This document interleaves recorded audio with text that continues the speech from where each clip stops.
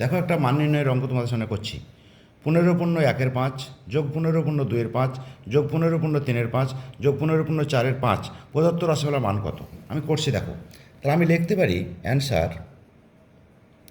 তাহলে 15 প্লাস 1/5 যোগ 15 প্লাস 2/5 যোগ 15 প্লাস 3/5 যোগ 15 প্লাস 4/5 লিখতে পারি।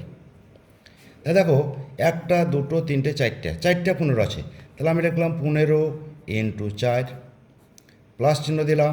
দেখো তাহলে কী হয়েছে, 1/5 যোগ 2/5 যোগ 3/5 যোগ 4/5।